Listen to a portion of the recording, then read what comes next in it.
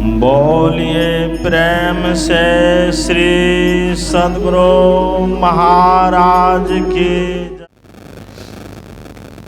बोलिए प्रेम से श्री सद्गुरु महाराज की जय। सबों के मुखारबिंद से आवाज नहीं निकल रही है, इसलिए सब कोई बोलेंगे बोलिए प्रेम से श्री सद्गुरु महाराज की जय। श्री सद्गुरु महाराज की जय। मंगल मूर्ति सतगुरु मिलव सर्वाधार। मंगलमय मंगल करण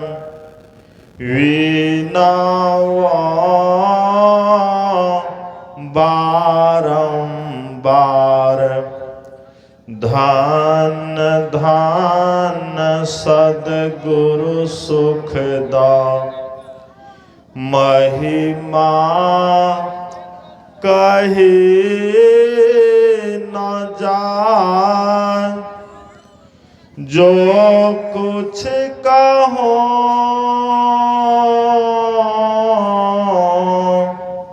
तुम्हारे कृपा। मौत कछु न वसाय। जो कुछ कहो तुम्हारे कृपा। मौत कछु न वसाय। बोलिए प्रेम से श्री सद्गुरु महाराज की जय। श्री सद्गुरु महाराज की जय। श्री सद्गुरु महाराज की जय। इस पवित्र स्थल पर पधारे हुए सभी गुरुजनों को मेरा नमन। सम्मान्य साधु समाज, परम आदरणीय धर्म प्रेमी सैनों तथा आदरणीय माताओं एवं भक्तिमती बहनों, डिल्लर साहब के पुण्य तिथि के अवसर पर उनकी दिवंगत आत्मा की शांति प्रदान हेतु एक दिवसीय संत मन सत्संग ज्ञान यज्ञ का आयोजन किया गया है। अपराह्न कालीन सत्संग में हम लोग यत्र तत्र से एकत्र होकर सत्संग में सम्मिलित होकर संतों के वचनों को सुनकर लाभ उठा रहे हैं। आज रामचरितमानस के द्वितीय सोपान अयोध्या कांड से पाठ हुआ। इस पाठ के अंतर्गत दो प्रसंग आया है, राम वन गमन और लक्ष्मण गुनिषाद संवाद। तो पहले आप लोग राम वनगमन के विषय में सुनेंगे। हमारे पूर्वज कम से कम 100 वर्ष तक जीवित रहते थे और 100 वर्षों को 4 भागों में बांटते थे।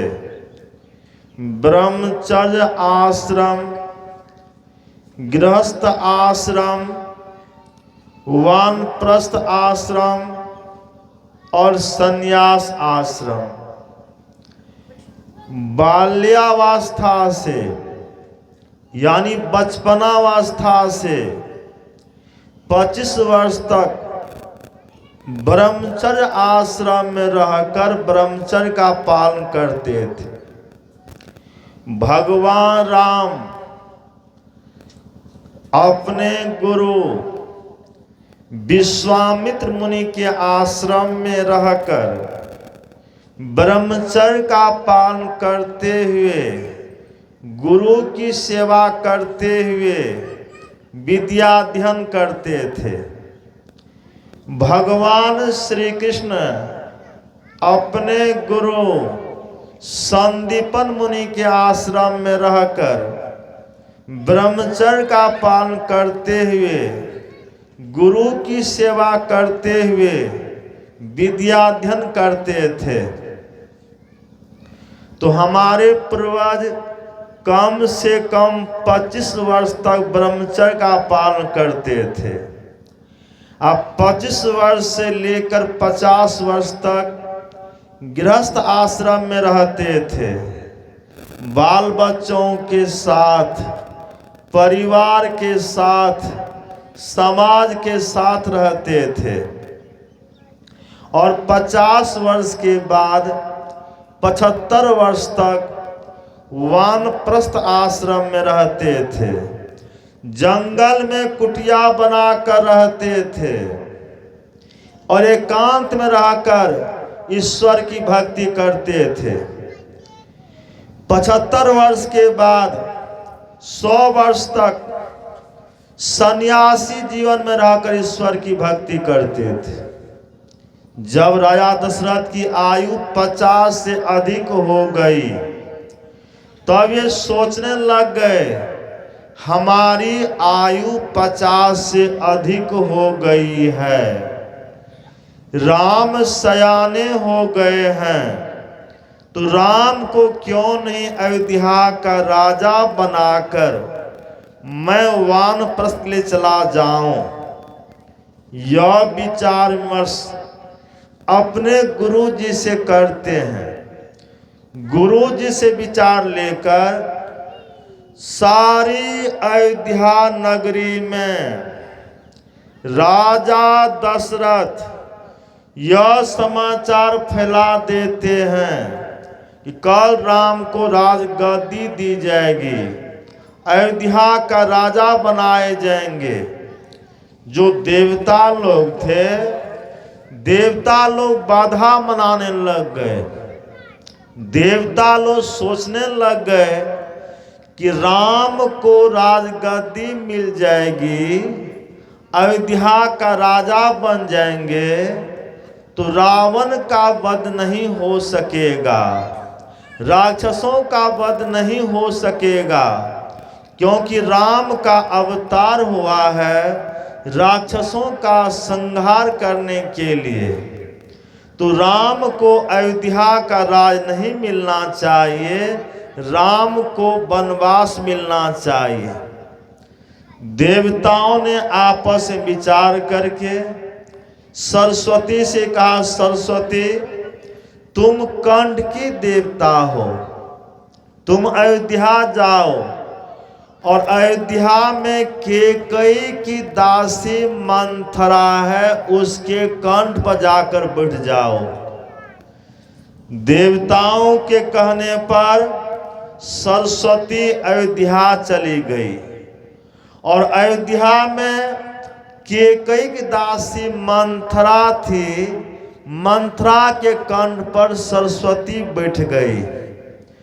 मंथरा बारंबार केकई से कहने लग गई, केकई अभी तुम खुशहाली मना रही हो, याद रखो जैसे राम अयोध्या का राजा बनेंगे तो तुम्हारा पुत्र भरत है, उसको राम का नौकर बनना होगा।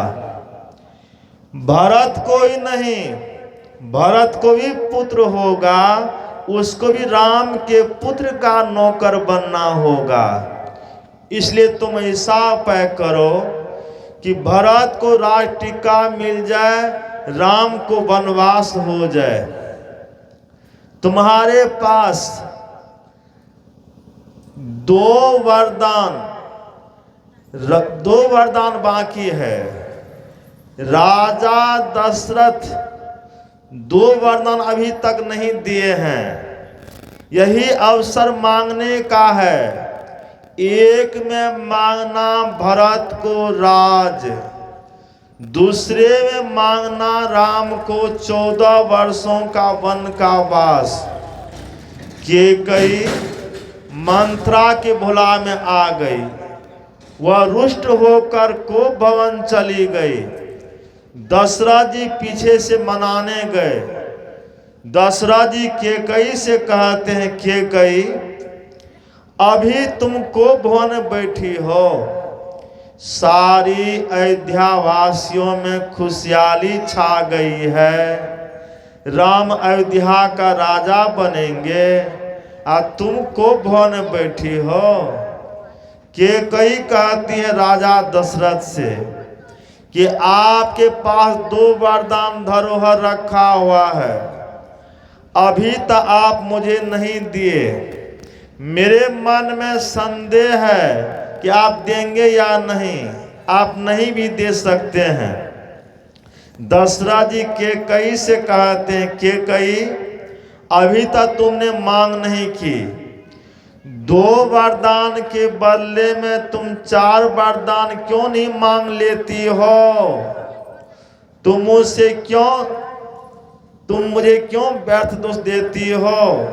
हमारे कुल की यह रीति है, प्राण भले ही चले जाए पर वचन न जाने पावे। रघुकुल रीत सदा चली आई, प्राण जाई पर वचन न जाई। रघुकुल की यह रीत है, प्राण भले ही चले जाए पर वचन न जाने पावे। तो कैकेयी कहती है, पहला वरदान तो आप यह दीजिए कि भरत को राज टीका मिल जाए। दूसरा वरदान यह दीजिए कि राम को 14 वर्षों का वन का वास हो जाए। दशरथ जी जैसे सुनते हैं, राम को 14 वर्षों का वन का वास हो जाए, वैसे ही मूर्छा कर जमीन पर गिर पड़ते हैं। अब बारंबार कैकेयी से कहते हैं, कैकेयी राम को वनवास हो जाए, यह वरदान तुम मत मांगो, इसके बदले में और कोई दूसरा वरदान मांग लो। कैकेयी कहती है, मुझे जब भी चाहिए तो ही 2 वरदान चाहिए, एक में भरत को राज, दूसरे में राम को 14 वर्षों का वन का वास।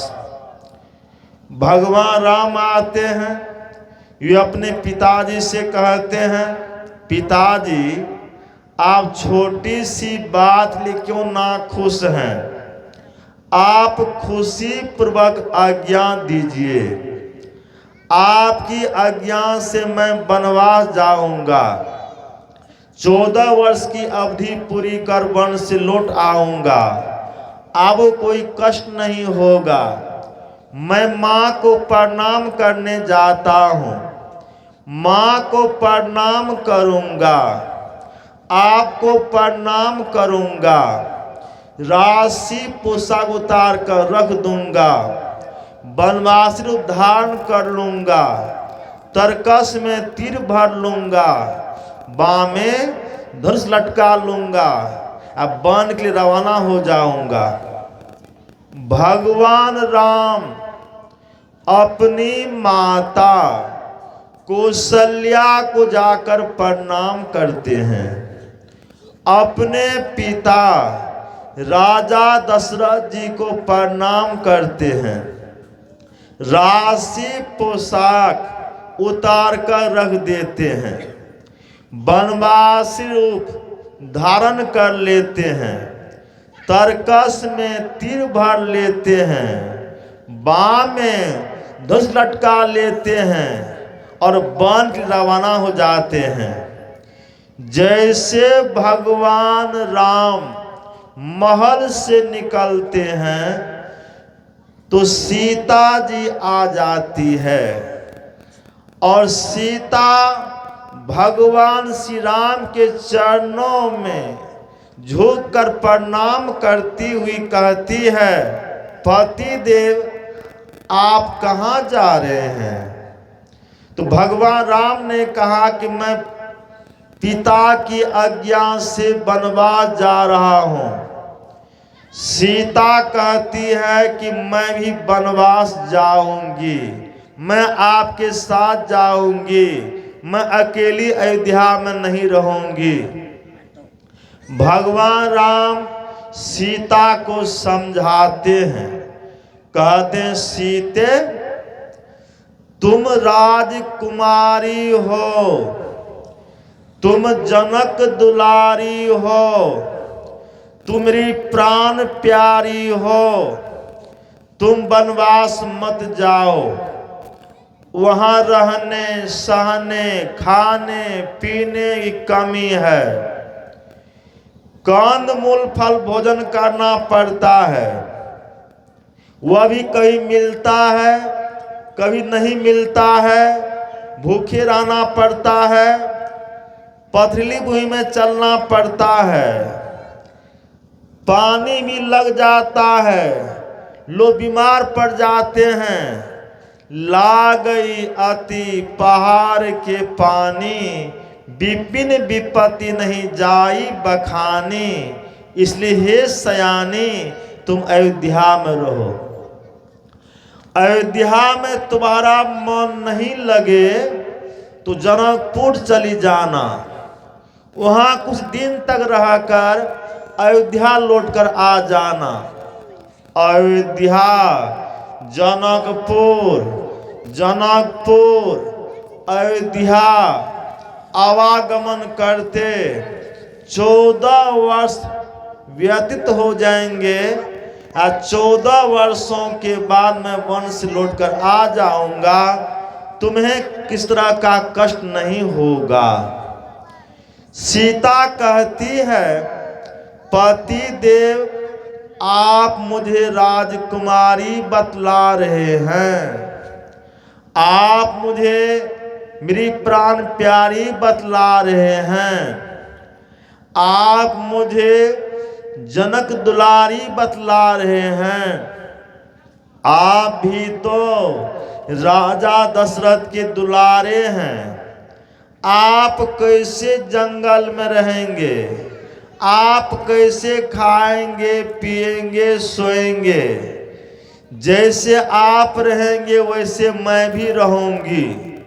पति बिना सुनना सब संसार, पति ही पत है, पति ही गत है, अब पति बिन विपत्ति हजार, पति बिना सुनना सब संसार। स्त्री के लिए पति देवता के समान होते हैं। जैसे पानी के बिना मछली का जीवन नहीं, उसी तरह से पति के बिना नारी का जीवन नहीं। किसी तालाब में किसी नदी में पानी सूख जाए तो उसमें जो रहने वाली मछली है वह तड़पेगी, तरह का प्राण त्याग देगी। उसी तरह की हालत उस स्त्री की होती, स्त्री को पति नहीं है, उस तरह से दुख पाती है, कष्ट पाती है। तो सीता कहती है कि मैं अकेली अयोध्या में नहीं रहूंगी, मैं आपके साथ अवश्य जाऊंगी। भगवान श्री राम सीता को वनवास जाने की आज्ञा दे देते हैं। कुछ ही क्षण के बाद लक्ष्मण जी आ जाते हैं। लक्ष्मण जी भगवान श्री राम से कहते हैं, भैया मैं भी आपके साथ वनवास जाऊंगा, आपकी सेवा में जाऊंगा। भगवान श्री राम लक्ष्मण जी को समझाते हैं, कहते हैं लक्ष्मण जरा तुम सोचो, शत्रुघ्न और भरत ननिहाल में हैं, मैं वनवास जा रहा हूं, जानकी मेरे साथ जा रही है। अयोध्या में तुम्हारे सिवा पिता के लिए कोई सहारा नहीं है। तुम अयोध्या में रहो, पिता की सेवा करो, तुम वनवास मत जाओ। लक्ष्मण जी कहते हैं भैया मैं आपके बिना अनाथ हो जाऊंगा, मैं आपकी सेवा में अवश्य जाऊंगा। भगवान श्री राम लक्ष्मण जी से कहते हैं लक्ष्मण तुम मेरी सेवा में जाओगे, तुम मेरी बात नहीं मानोगे तो जाओ, तुम अपनी माता सुमित्रा से आज्ञा मांग कर आओ। लक्ष्मण जी अपनी माता सुमित्रा के पास पहुंचते हैं आज्ञा मांगने के लिए। वहां जाते हैं तो पहले प्रणाम करते हैं। यही शिष्टाचार है, अपने से बड़े को प्रणाम करना चाहिए, छोटे को आशीर्वाद देना चाहिए। रामायण में आया है प्रातः काल उठ के रघुनाथा, गुरु पितु मातु नवाहि माथा। भगवान श्री राम, लक्ष्मण, शत्रुघ्न, भरत चारों भाई सुबह उठकर माता पिता को प्रणाम करते थे, गुरुजनों को प्रणाम करते थे। जो सुबह उठकर माता पिता को, गुरुजनों को प्रणाम करते हैं उनकी चार चीजें बढ़ती हैं, आयु, सुंदरता, बल और यश। भगवान बुद्ध ने कहा, हमारे गुरु महाराज कहा करते थे कि संसार में चार तरह के बूढ़े होते हैं। एक होते हैं वयोवृद्ध, वयोवृद्ध प्रणाम है, मैं उसे प्रणाम करता हूँ। दूसरे होते हैं संबंध के बूढ़े, जैसे चाचा की आयु 15 साल की है, अब भतीजा आयु 30 साल की है, 30 साल वाले भतीजा 15 साल वाले चाचा जी को प्रणाम करेंगे। ये हो गए संबंध के बूढ़े। तीसरे होते हैं पद के बूढ़े, आयु थोड़ी है, 30 वर्ष की आयु है, हाकिम बाबू हैं, हमारी आयु है 40 वर्ष की, तो हम हाकिम बाबू को प्रणाम करेंगे, ये पद पर इसलिए प्रणाम करेंगे। चौथे होते हैं ज्ञान वृद्ध। ज्ञान वृद्ध सबसे विशेष होते हैं। महात्मा चांगदेव का नाम आप लोग सुने होंगे। महात्मा चांगदेव 14 बार मौत को ठुकरा कर 1400 वर्ष तक अपने शरीर को कायम रखा। उसे मालूम था कि 1400 वर्ष के बाद मुझे संत सदगुरु के दर्शन होंगे। 1400 वर्ष की जब आयु पूरी हो गई महात्मा चांगदेव की, तो संत ज्ञानेश्वर का अवतार हुआ। संत ज्ञानेश्वर 14 वर्ष की आयु में महान संत बन गए। 21 वर्ष की आयु में नश्वर शरीर का त्याग कर दिया, तो उसकी ख्याति संसार में फैलने लग गई। महात्मा चांगदेव के मन में संत ज्ञानेश्वर से मिलने की इच्छा हो गई। उन्होंने पत्र लिखा। हम लोग पत्र लिखते हैं, बड़े के पास पत्र लिखते हैं तो प्रणाम लिखते हैं, और छोटे पास पत्र लिखते हैं तो आशीर्वाद लिखते हैं। उन्होंने जो पत्र लिखा, न प्रणाम लिखा न आशीर्वाद लिखा, इतना लिख दिया, फलाने समय में मैं आपसे मिलने के लिए आ रहा हूँ। पत्रवाहक पत्र पहुँचाने गया, अब पत्र दिया संत ज्ञानेश्वर के हाथ में। संत ज्ञानेश्वर पत्र पढ़कर अपनी बहन मुक्ताबाई के हाथ में देते हैं। अब मुक्ताबाई पत्र पढ़ती है तो कहती है, भैया 1400 वर्ष का महात्मा चांगदेव हो गया है, लेकिन अभी तक कोरा का कोरा ही है। भैया जिस तरह का पत्र आया है जवाब उसी तरह का देना चाहिए। संत ज्ञानेश्वर कहते हैं ठीक है बहन, एक पत्थर की चट्टान पर चारों भाई बन बैठे थे।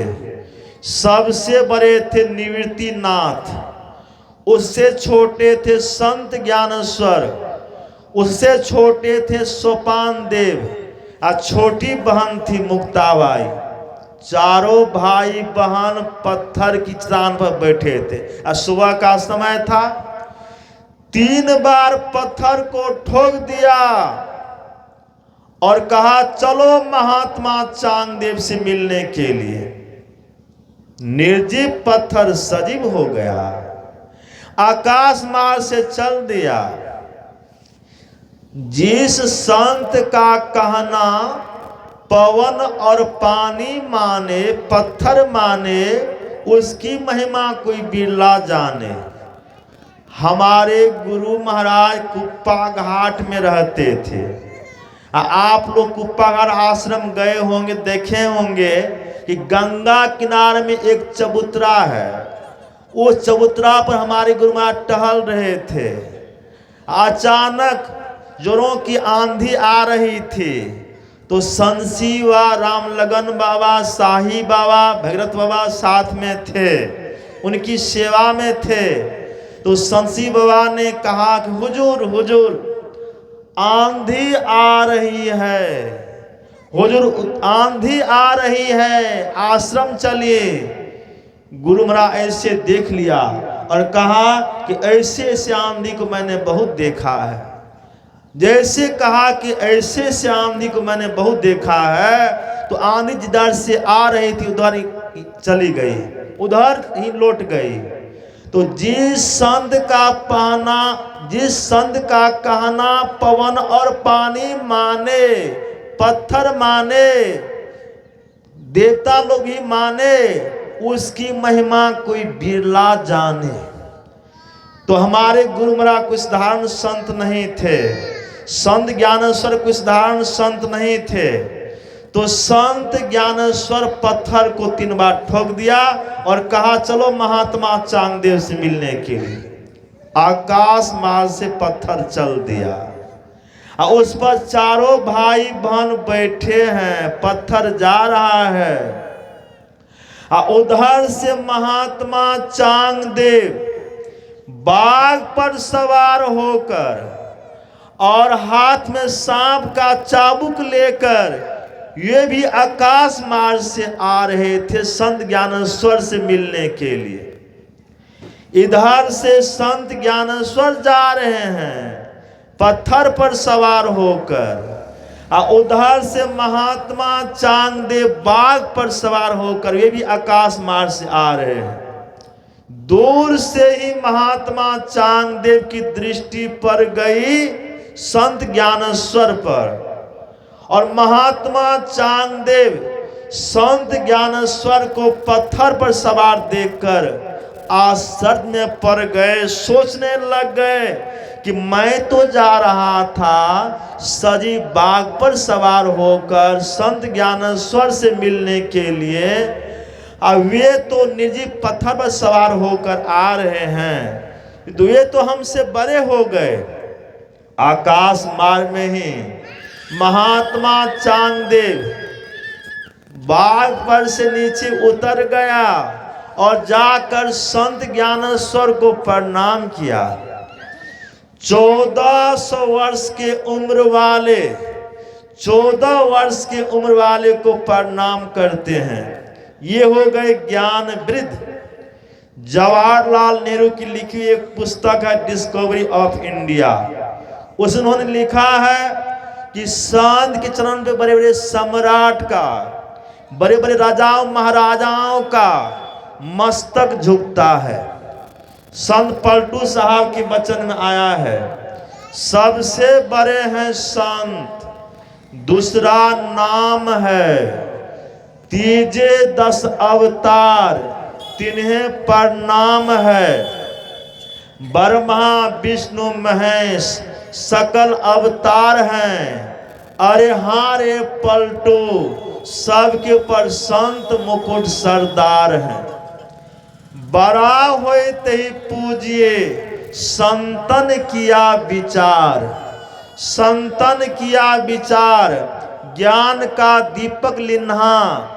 देवता तितुस्कुट नजर में सबको चिन्हा।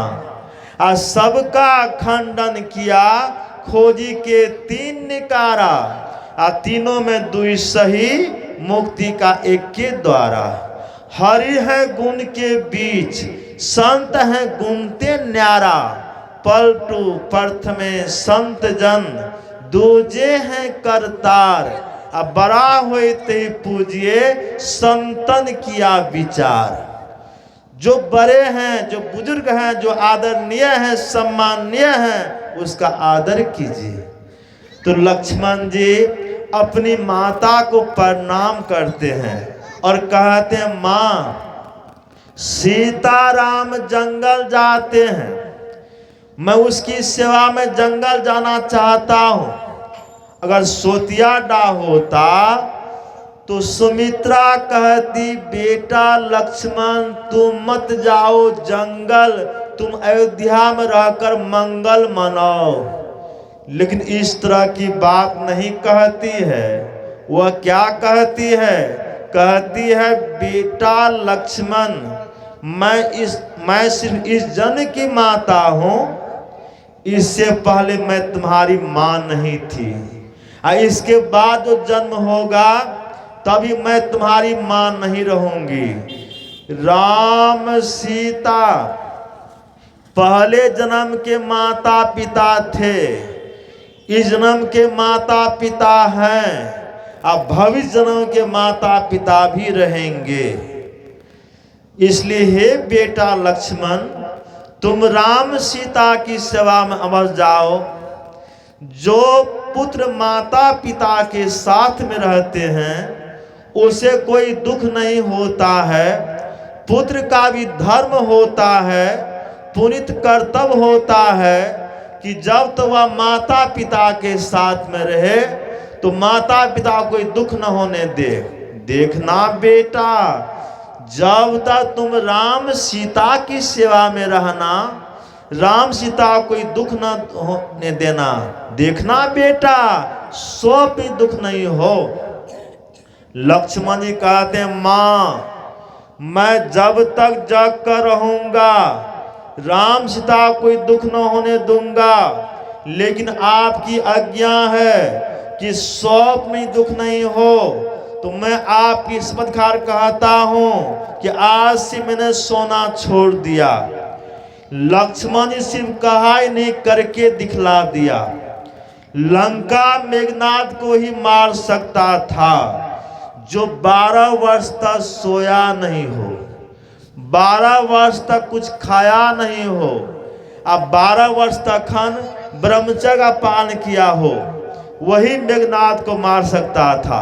तो लक्ष्मण जी 12 वर्ष तक सोए नहीं, 12 वर्ष तक कुछ खाए नहीं, अब 12 वर्ष तक ब्रह्मचर्य का पालन किया तो मेघनाद का वध किया। तो रामायण में दिखलाया गया है कि भाई भाई का संबंध कैसा होता है, पिता पुत्र का संबंध कैसा होता है, पति पत्नी का संबंध कैसा होता है, यह रामायण में दिखलाया गया है। जंगल जाने की आज्ञा भगवान श्री राम को मिली थी, सीता को नहीं।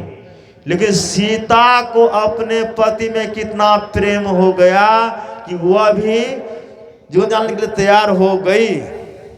जंगल जाने की आज्ञा भगवान श्री राम को मिली थी, लक्ष्मण को नहीं। लेकिन लक्ष्मण को अपने भाई में कितना प्रेम हो गया कि वह भी जंगल जाने के लिए, वनवास जाने के लिए तैयार हो गए, राजी हो गए। तो यह सत्संग प्रेम सिखलाता है, मेल सिखलाता है। भाई भाई में प्रेम रखिए, मेल रखिए। पिता पुत्र में प्रेम रखिए, मेल रखिए। सास पुतों में प्रेम रखिए, मेल रखिए। ननद भौजाई में प्रेम रखिए, मेल रखिए।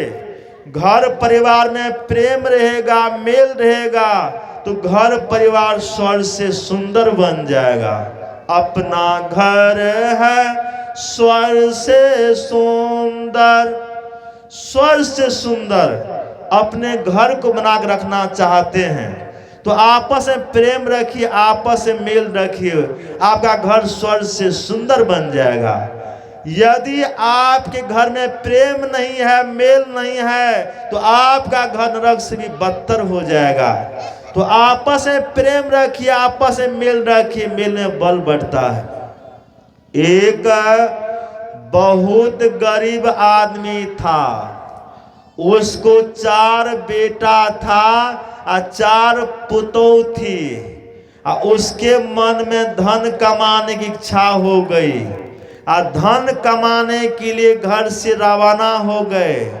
रास्ते में रात हो गई, सबों ने एक गाछ के नीचे विश्राम करने का विचार किया। बूढ़े ने एक बेटा से कहा, तुम पानी लाओ।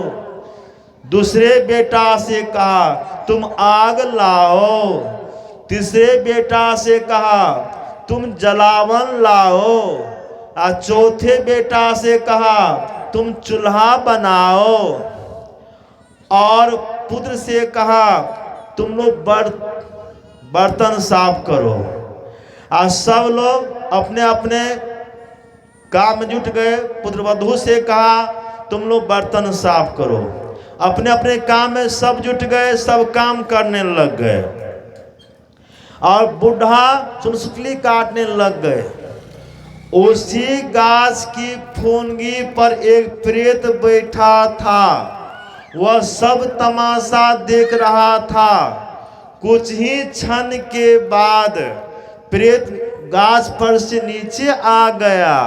अब बूढ़ा बाबा से पूछने लग गया, बूढ़ा बाबा, रात हो गई है, आपके पास चावल नहीं है, दाल नहीं है, सब्जी नहीं है, तेल नहीं है, मसाला नहीं है, नमक नहीं है, हल्दी नहीं है, आप लोग क्या खाएंगे? बूढ़ा बाबा ने प्रेत से कहा, भगवान जो भेज देंगे वही खाएंगे। पुनः प्रेत ने पूछा, जब भगवान नहीं भेजे तब क्या खाएंगे? तो बूढ़ा बाबा ने कहा, तब क्या खाऊंगा? देखते हो मैं रस्सी बांट रहा हूं, तब इस रस्सी से तुमको बांध लूंगा और तुमको बांध कर तुमको चूल्हा पर चढ़ा दूंगा और तुमको पकाकर खा लूंगा। प्रेत ने सोचा, इसके परिवार मेल है और मेल में बल होता है, यह मुझे बांध सकता है, खा सकता है। ये तो 9 आदमी हैं, 4 पुत्र वधू और 4 बेटा और एक बूढ़ा 9। अब मैं तो अकेला हूं, तो इनके पास बल है, सब में मेल है, ये सब मुझे बांध सकते हैं, खा सकते हैं। तो प्रेत ने कहा, बूढ़ा बाबा आप मुझे मत बांधिए, आप मुझे छोड़ दीजिए। मरुत राजा ने यज्ञ किया था, इतना धन दान किया, सोना चांदी हीरा इतना दान किया कि लोग नहीं ले जा सके। उसे पहाड़ में गाड़ दिया, मुझे सब देखा हुआ है। चलिए मैं आप लोगों को बतला देता हूँ, ले लीजिए, मुझे छोड़ दीजिए। बूढ़ा बाबा सबको साथ में लेकर चला गया, जहाँ प्रेत ले गया वहाँ गया और जिस गुफा में वह धन गड़ा हुआ था वहाँ ले गया और कहा कि यहाँ धन गड़ा है, आप लोग उखाड़ लीजिए। सब कोई मिलकर उखाड़ लिया और गट्ठी में बांधकर माथ पर लेकर घर चला गया। 1000 एकड़ जमीन खरीद लिया, 5 मंजिला मकान बना लिया। धनवान होने की खबर लोगों में फैल गई। उसके पड़ोसी को भी 4 बेटा था और 4 पुत्र वधू थी। वह भी उसी के नकल में उसी गाछ के पास चला गया। वह भी एक बेटा से कहा तुम पानी लाओ, दूसरे बेटा से कहा तुम आग लाओ, तीसरे बेटा से कहा तुम जलावन लाओ, चौथे बेटा से कहा तुम चूल्हा बनाओ, अब पुत्र वधू से कहा तुम लोग बर्तन साफ करो। बूढ़े की बात पर कोई ध्यान नहीं दिया, सब आनाकानी करने लग गया। उसे परिवार में मेल नहीं था। अब बूढ़ा सुसली काटने लग गए। उसी गाछ की फुनी पर प्रेत बैठा था, नीचे आ गया। अब बूढ़ा बाबा से पूछने लग गया, बूढ़ा बाबा रात हो गई है, आपके पास चावल दाल सब्जी नमक तेल हल्दी मसाला कुछ नहीं है, आप लोग क्या खाएंगे? बूढ़ा बाबा ने कहा क्या खाऊंगा, भगवान जो भेज देंगे वही खाऊंगा। अब प्रेत ने फिर पूछा जब भगवान नहीं भेजेंगे तब क्या खाएंगे? तो बूढ़ा बाबा ने कहा तब क्या खाऊंगा, देखते हो मैं रस्सी बांट रहा हूं, इस रस्सी से तब तुमको बांध लूंगा, अब बांध कर चूल्हा पर चढ़ा दूंगा और तुमको पार खा लूंगा। प्रेत ने कहा बूढ़ा बाबा आपके परिवार मेल नहीं है, आप लोग जल्द से भाग जाइए, नहीं तो एक एक करके सबको मार डालूंगा। प्रेत के कहने पर सब कोई जान बचाकर भाग गया। उसे परिवार मेल नहीं था, उसे धन नहीं मिला। तो जहां सुमति तहां संपत्ति नाना, और जहां कुमति तहां विपत्ति निधाना। तो जहां सुमति है प्रेम है मेल है एकता है, तो वहां संपत्ति कमी नहीं है। और जहां सुमति नहीं है प्रेम नहीं है मेल नहीं है, तो समझिए वह परिवार कंगाल है। पुत्र सुपुत्र तो क्यों धन संचय, अब पुत्र कुपुत्र तो क्या धन संचय।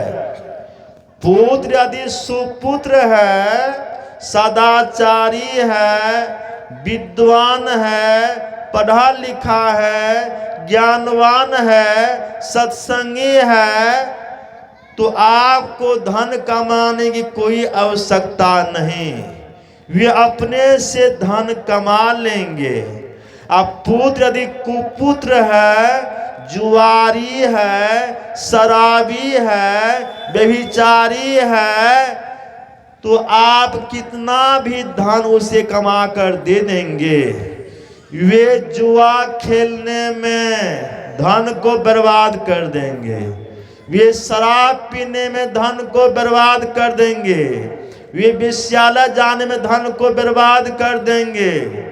तो भगवान से ईश्वर से विनती कीजिए कि हे ईश्वर हे परमात्मा, हमारे घर में कुपुत्र का जन्म नहीं हो, सुपुत्र का जन्म हो, अच्छे पुत्र का जन्म हो, जिससे घर परिवार का नाम रोशन हो जाए।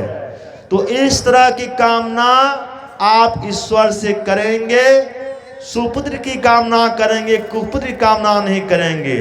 तो सुपुत्र का जन्म किसके गर्भ से होता है? पतिव्रता नारी के गर्भ से सुपुत्र का जन्म होता है, और व्यभिचारिणी नारी के गर्भ से कुपुत्र का जन्म होता है। तो इसलिए माताओं को पतिव्रत धर्म का पालन करना चाहिए, अब पुरुषों को एक पतिव्रत धर्म का पालन करना चाहिए। इससे सुपुत्र का जन्म होगा, कुपुत्र का जन्म नहीं होगा, सुपुत्र का जन्म होगा।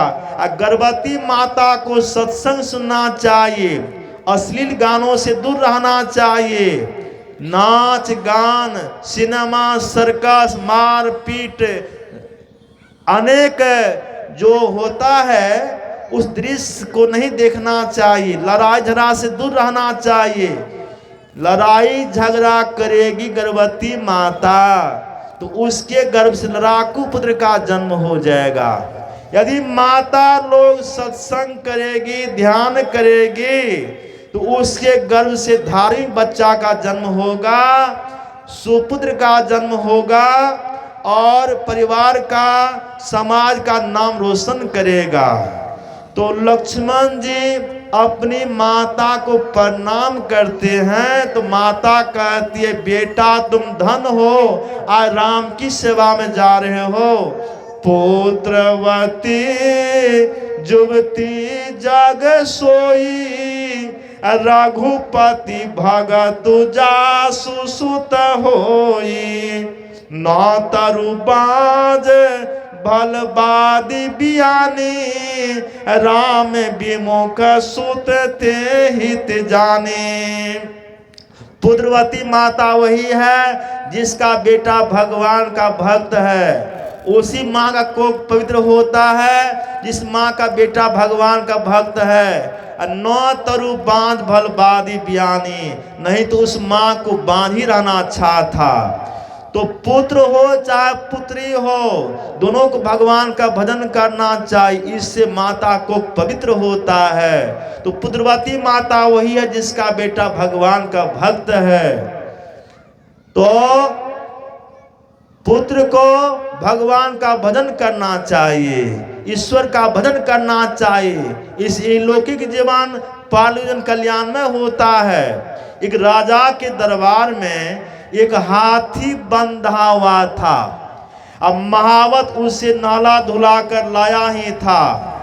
हाथी सूर से धूल उठाकर अपने शरीर पर, अपने मस्तक पर छिट रहा था। उस होकर एक आदमी जा रहे थे। उसने महावत से पूछा, महावत हाथी को अभी नहला धुला कर लाया गया है, हाथी सूर से धूल उठाकर अपने शरीर पर क्यों छिट रहा है?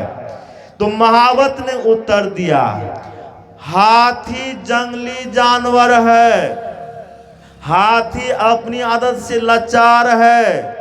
हाथी नहीं समझता है कि नहलाना धुलाना क्या चीज है, इसलिए धूल उठाता है, शरीर पर छिटता है। एक अच्छे कई विद्वान हो गए, अब्दुल रहीम खान खाना, उनसे किसी ने पूछा, धोल दतनी शीश पे कहू रहीम के ही काज। रहीम कवि ने उत्तर दिया, जी रजमुनि पत्नी तरी शोक होत गजराज। रहीम कवि ने कहा, हाथी कुछ साधारण धूल नहीं ले रहा है, हाथी उस धूल की खोज में है जिस धूल से गौतम ऋषि की पत्नी अहिल्या का उद्धार हुआ था। हाथी सोचता है कि वह धूल मिल जाए ताकि मेरा भी उद्धार हो जाए, मेरा भी कल्याण हो जाए। कबीर साहब किसी ने पूछ दिया, हाथी अपने शरीर पर धूल क्यों लेता है? तो कबीर साहब ने कहा, राज द्वारे बांधिया माथा धोने गयंद, मानुष जन्म का पाइयों भजियों परमानंद। संत कबीर साहब ने कहा, हाथी अपने शरीर पर, हाथी अपने मस्तक पर धूल नहीं ले रहा है, बल्कि हाथी माथा ढूंढ रहा है, शरीर ढूंढ रहा है, भगवान से कह रहा है, हे भगवान मुझे हाथी का शरीर मिल गया, हे भगवान मुझे कब मनुष्य का शरीर मिलेगा कि मैं भी भगवान की भक्ति करूंगा। तो हाथी तो शरीर ढूंढ रहा था, मस्तक ढूंढ रहा था मनुष्य शरीर पाने के लिए, और हम लोगों को मनुष्य का शरीर मिला हुआ है। इस मनुष्य शरीर में अगर हम लोग भक्ति नहीं करेंगे तो वह दिन दूर नहीं जबकि हम लोगों को भी उसी हाथी तरह माथा धुनना पड़ेगा, शरीर धुनना पड़ेगा, और पछताकर संसार से विदा होना पड़ेगा। तो अंत समय पछताना नहीं पड़े, इसके लिए आप लोग क्या करेंगे? अपने जीवन काल में अच्छे अच्छे कर्मों करेंगे, अपने जीवन काल में भक्ति करेंगे, और भक्ति करने से क्या होगा? तो परलोक का सुख मिलेगा, अच्छी गति मिलेगी, सुगति मिलेगी, कल्याण होगा। तो लक्ष्मण जी अपनी माता सुमित्रा के निकट से अपनी स्त्री उर्मिला के पास जाकर खड़े हो जाते हैं।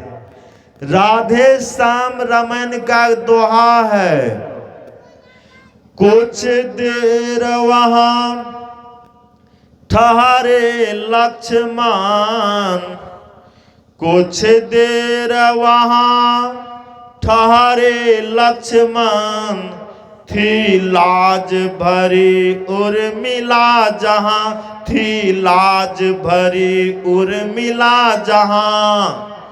या यों कहिए घन घोरों में, या यों कहिए घन घोरों में, था शरद चंद्रमा खिला जहां, था शरद चंद्रमा खिला जहां।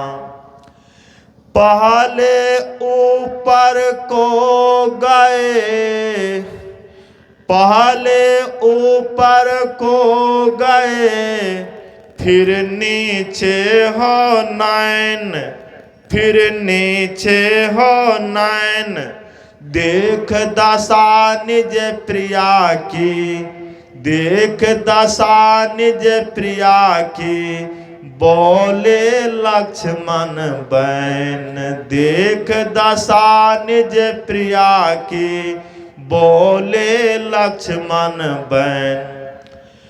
और मिले विदा करो, और मिले विदा करो, दिन है उत्साह दिखाने की, दिन है उत्साह दिखाने की, माँ ने आज्ञा दे दी है, कर चुका हूँ प्रण बन जाने की, माँ ने आज्ञा दे दी है, कर चुका हूँ प्रण बन जाने की। इसलिए न जा दे देर तलाक, इसलिए न जा दे देर तलाक, ठहरूंगा इस मंदिर में, ठहरूंगा इस मंदिर में। अब भाई का जीवन सार्थक है, भाई भाभी की सेवा में, भाई का जीवन सार्थक है, भाई भाभी की सेवा में। यदि तू 14 वर्षों की बिछुड़ा नहीं सा सकती हो, यदि तू 14 वर्षों की बिछुड़ा नहीं सा सकती हो, इससे कहने आया हूँ तो साथ मेरे चल सकती हो, इससे कहने आया हूँ तो साथ मेरे चल सकती हो। अब उर्मिला जवाब सुनिए, उर्मिला क्या कहती है, नाथ मुझे ले चलिएगा, नाथ मुझे ले चलिएगा, करता में बाधा आवेगी, करता में बाधा आवेगी। जब होगा मेरा मोह प्रबल तो वह सेवा छूट जाएगी, जब होगा मेरा मोह प्रबल तो वह सेवा छूट जाएगी। इसलिए न जाऊं साथ तेरे, इसलिए न जाऊं साथ तेरे, जी लूंगी 14 वर्षों ले, जी लूंगी 14 वर्षों ले। तस्वीर जो आपका रखा है, तस्वीर जो आपका रखा है, पूजूंगी 14 वर्षों ले, पूजूंगी 14 वर्षों ले। लक्ष्मण ने जब यूं सुना, अर्धांगिनी की बहन रोम रोम हर्षित हुआ, सल भय दो नैन। राम, लक्ष्मण, सीता तीनों जंगल तरफ रवाना हो गए। पहले दिन तमसा नदी किनारे वास किया। दूसरे दिन गंगा नदी किनारे श्रीवेरपुर में वास किया। वहां राम सीता दोनों पत्तों के बिछोने पर सोए थे। मालाओं का मालिक गुलजार खड़े होकर पहरा दे रहे थे। थोड़ी दूर में लक्ष्मण जी धनुष लेकर पहरा दे रहे थे। तो गुलजार लक्ष्मण जी से कहते, लक्ष्मण ये राम सीता कहाँ पर सोते थे? अयोध्या के आनंद भवन में सोते थे, मखमल पर गद्देदार बिछोने पर सोते थे, और आज पत्तों के बिछोने पर सोना पड़ता है। अभाग्नि केकई, चंडाली केकई अपने पुत्र को राय दे दिया और सोतिन के पुत्र को वनवास दे दिया। कितना दुख दिया केकई माता ने भगवान श्री राम को। इस पर लक्ष्मण जी ने कहा, सुनिए भाई गुलजार, काहो न को सुख दुख कर दाता, निज कृत कर्म भोग सुनो भ्राता। हे भाई गुलजार, कोई किसी को सुख दुख का देने वाला नहीं है, से अपने कर्मों का फल भोगता है। कर्म प्रधान विष करी राखा, जो जस करई सो तस फल चाखा। हो यही सोई जो राम रचि राखा, को करी तर्क बढ़ा वही शाखा। तो राम ने क्या रच कर रखा है? कर्म प्रधान विषय राखा। मानव कर्म करने में स्वतंत्र है, अच्छा बुरा जैसा कर्म करना चाहता कर लेता है, फल देने वाला परमात्मा है। शुभ कर्म का फल परमात्मा सुख देता है, कुकर्म का फल परमात्मा दुख देता है। इसलिए शुभ कर्म कीजिए, अच्छा कर्म कीजिए, कुकर्म से बचकर रहिए। जो पूर्ण कर्म करते हैं, अच्छा कर्म करते हैं, वे पुण्यात्मा कहलाते हैं, धर्मात्मा कहलाते हैं। और जो पाप कर्म करते हैं वे दुरात्मा कहलाते हैं, वे पापी कहलाते हैं। अब पूर्ण कर्म करने वाले को स्वर्ग मिलता है और पाप कर्म करने वाले को नरक मिलता है। इसलिए पाप कर्म से बचकर रहिए, आप पूर्ण कर्म कीजिए। कितने लोग कहते हैं कि 15 पूर्ण कर्म कर लेंगे और 7 पाप कर्म कर लेंगे, तो 15 पूर्ण कर्म में से 7 पाप कर्म घट करके 8 पुण्य कर्म बच जाएंगे। ऐसा नहीं होगा, माइनस प्लस नहीं होता है। पाप कर्म का फल अलग मिलेगा, पूर्ण कर्म का फल अलग मिलेगा। पूर्ण कर्म है सोने की हथकड़ी, अब पाप कर्म है लोहे की हथकड़ी, दोनों बंधन है। तो संत महापुरुष कहते हैं कि पुण्य कर्म कीजिए, अच्छा कर्म कीजिए। भगवान राम का बाण रावण को लग गया, रावण मूर्छित हो गए। अब भगवान राम ने लक्ष्मण जी से कहा, लक्ष्मण रावण अभी मारा नहीं है, मूर्छित अवस्था में है, जाओ रावण से राजनीति की बातें सिखाओ।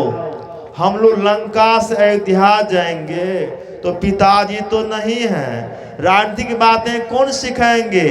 और रावण तो सभी राजनीति में निपुण थे, तो जाओ उनसे राजनीति की बातें सिखाओ।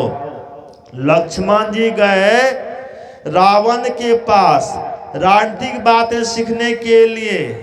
रावण ने लक्ष्मण जी से कहा कि दोनों भाई आइए तब कहूँगा। जब भगवान राम भी गए तो रावण ने राम लक्ष्मण से कहा कि शुभ काम को जल्द कीजिए, अशुभ काम को टाल दीजिए। रावण ने राम लक्ष्मण से कहा कि मेरे मन में आया था कि लवण सुंद को उछाल उछाल कर छिस्म बना दूंगा, छिलसुंद बना दूंगा। शुभ काम था, मैं नहीं कर सका, टाल दिया।